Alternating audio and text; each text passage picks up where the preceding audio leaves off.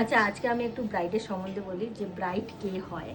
Bride হচ্ছে আমার ঠাকুমার বোনের মেয়ের ঘরের ননদের ঘরের মেয়ে। এভরিওয়ান, তো আমি মেকআপ আর্টিস্ট দীপিকা। তো আজকে হচ্ছে 6ই জুলাই, আমি ব্রাইড করতে আসছি। এখন বাজে 5:30, মানে এতক্ষণে হয়তো সবার ব্রাইড সাজানো কমপ্লিট। আমি 5:30 এসেছি, যেহেতু ব্রাইড চেনা তাই জন্যই এত লেট। আর ব্রাইডের বরের বাড়ি নাকি অনেক দূরে, তো গায়ে হলুদ আসতে দেরি হয়ে গেছে, তাই জন্য তো আমরা এখন 5:30 এসেছি। দেখি কতক্ষণে শেষ করতে পারি, চলো। আগের বছরই ব্রাইডের বোনকে সাজিয়ে গেছি, আর এবছর দিদিকে সাজাতে এলাম। আর ব্রাইডের দাদার সাথে রাস্তায় দেখা হয়ে গেল। কি ভালো লাগে না যখন চেনা জানা জায়গায় তুমি আসো কাজের জন্য। তো ফার্স্টেই বলেছি যে ব্রাইড আমার কিভাবে রিলেটিভ হয়। তো ব্রাইডের বোনই আমায় বুক করেছে। তো তারপরে আমি ঢুকেই সব আমার চেনা জানা রিলেটিভদের সাথে দেখা হয়, তো কথা বলছিলাম। পিড়িটা কি সুন্দর ডিজাইন হয়েছে না। তো আজকে ওর বিয়ে, তো এখনও 6টা বাজে। ব্রাইড বলেছে সন্ধে না হলে শাঁখা পলা পরবে না, শাঁখা পলা পরবে তারপরে এসে সাজতে বসবে। বুঝতেই পারছি না আজকে কখন সাজানো হবে। তো ব্রাইড যতক্ষণ না আসছিল আমি ততক্ষণ একটু গল্পগুজবই করে নিচ্ছিলাম। তারপরে ব্রাইডের বোন এসে আমাকে দেখাচ্ছিল মুকুট, যে কোনটা পরাবো। আর একটা মুকুট দেখছি খুলেই পড়ে যাচ্ছে। না, তুই মেয়ের কে হোস? মানে আজকের এদের বাড়ির কে হোস তুই? কে হয় জানে না ও। এই যে যার বিয়ে হচ্ছে, হ্যাঁ তার কে হোস তুই? বোন। বোন হোস? তোর নাম কি? আমার নাম মিশিতা বড়া। তুই কিসে পড়িস? ওয়ানে পড়িস? তোর এইসব করতে ভালো লাগে, মেকআপ করতে ভালো লাগে? ওটা কি বলতো?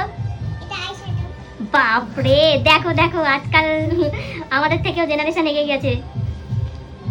আচ্ছা গুড। আর কি জানিস?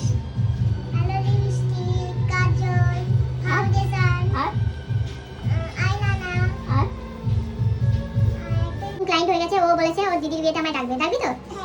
তোর বাড়িটা কোথায় বলে দে? উত্তর কাশিমনগর। আমার জেঠু জানে। ও আচ্ছা, তোর জেঠু জানে। তো তোর আমাকে মনে থাকবে? হ্যাঁ থাকবে তো। তাহলে নাম্বারটা আমার নিয়ে যাস, ডেকে নিবি আমার। তোমার শুধু নামটা বলে দিলে হয়ে যাবে তো? ঠিক আছে, আমি নতুন ক্লায়েন্ট পেয়ে গেছি। তুমি কেমন সাজতে চাও? মানে তোমার যেটা যেটা মনে হয় তুমি সেটা বলো, যে তোমার কিরকম চাই আজকের দিনের জন্য।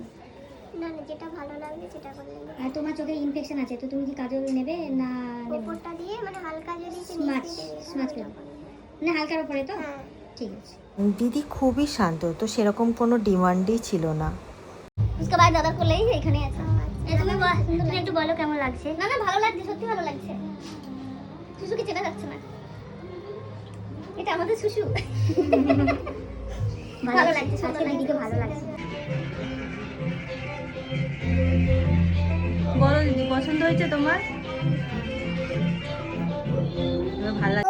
সঞ্চিতা ওর নাম, ও আমার ক্লায়েন্ট ছিল, এখনো দিদি ক্লায়েন্ট। তো একটু বলবো যে যেহেতু দিদি খুবই চুপচাপ, তো দিদি সেরকম ভাবে কিছু কথাও কম বলে। তো দিদির বোন রিভিউ দেবে, ওর বিয়ের রিভিউটা আজকেও নেব আর দিদিরটাও নেব।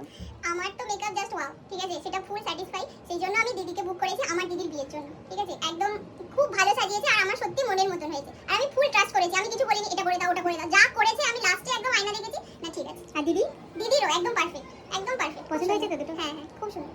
আচ্ছা, ও আমার কিন্তু আগে রুমমেট ছিল। হ্যাঁ এটা ঠিক, ও আগে আমার একটা রুমমেট ছিল, মানে আমি আগে থেকেই ফ্রেন্ড ছিলাম।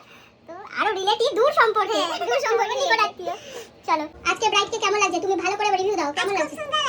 পছন্দ হয়েছে তো তোমার ব্রাইডকে? হ্যাঁ খুব পছন্দ হয়েছে। সত্যি কথা বলছিস না মিথ্যা কথা? সত্যি বলছি। পছন্দ হয়েছে? হ্যাঁ। মানে কি রকম সাজিয়েছি? ভালো সাজাতে পেরেছি? হ্যাঁ। ঠিক আছে, টাটা করে দে। তো আমাদের সাজানোর পর বলা হয় যে খেয়ে দিয়ে যেতে, তো তার জন্য আমরা দাঁড়িয়েছিলাম। তো তখন দিদির ফটো তোলা হচ্ছিল। তো দিদি দেখছিলাম প্রচণ্ড পরিমাণে নার্ভাস হয়ে যাচ্ছিল, কারণ দিদি ফটো তুলতে পছন্দই করে না। তারপরে আর কি আমি একটু ফুচকা খেয়ে নিচ্ছিলাম। তো আমার সাথে আমার স্টুডেন্ট সুপর্ণা গেছিলো, ও ফুচকা খাচ্ছিল না, ও খাচ্ছিল পকোড়া। তারপরে আমরা খেতে বসে খাওয়া দাওয়া করে এখন যাচ্ছি আমরা দুজন অন্ধকারে।